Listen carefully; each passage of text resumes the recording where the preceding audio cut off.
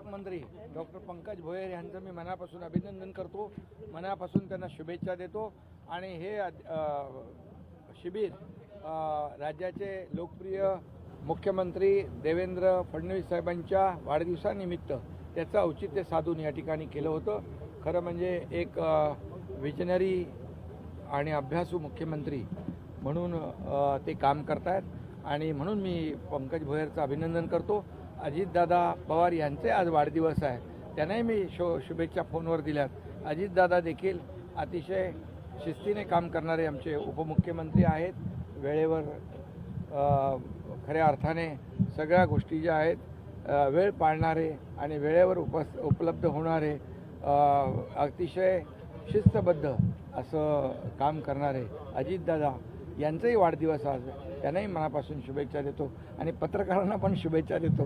तुमचे पण डोळे वगैरे काय तपासायचे असतील कोकाटेंमध्ये सत्ताधाऱ्यांकडून काढला जातोय असं बोललं जातंय। कोकाटेंचा व्हिडिओ जो चित्रफित केलेला आहे ते सत्ताधाऱ्यांनीच केली असा आरोप होता। नाही बघा, आता जे काही प्रकार सुरू आहे त्या बाबतीमध्ये त्यांनी देखील स्पष्टीकरण दिलेलं आहे आणि त्या बाबतीमध्ये योग्य ते सगळं जे काय त्याची पडताळणी होईल, दूध का दूध पाणी का पाणी होईल। आज त्यांनी त्यामुळे एखाद्याला